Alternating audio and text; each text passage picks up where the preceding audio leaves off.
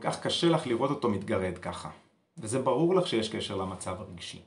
בכל פעם שהוא מתעצבן או חווה תסכול, האור שלו מתחיל להאדים ולהתייבש. ואיך שהוא מגרד ברגעים האלה. אז איך אפשר להסביר את זה, ויותר מהכל איך אפשר לטפל בזה?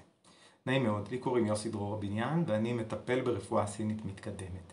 תחום ההתמחות שלי הוא רפואת עור, ואני מטפל בכל הגילאים, בתינוקות, בילדים ובמבוגרים.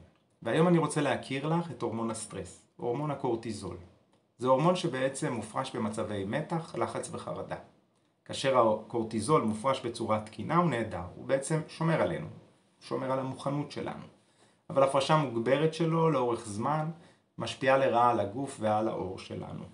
הוא מוציא את מערכת החיסון מאיזון, מפריע לוויסות תקין של התהליך הדלקתי, מייבש את העור, גורם לאדמומיות ולמראה עור מקומט.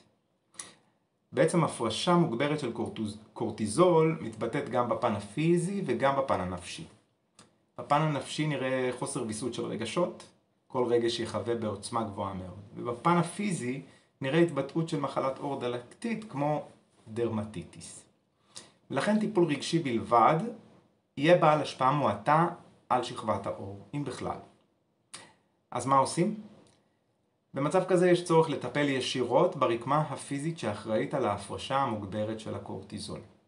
באמצעות מכשור של לייזר מתקדם, שילוב של צמחי מרפא ותזונה תומכת, ניתן לאזן מחדש את הפרשת הקורטיזול בגוף ולהביא לריפוי המחלה הדלקתית.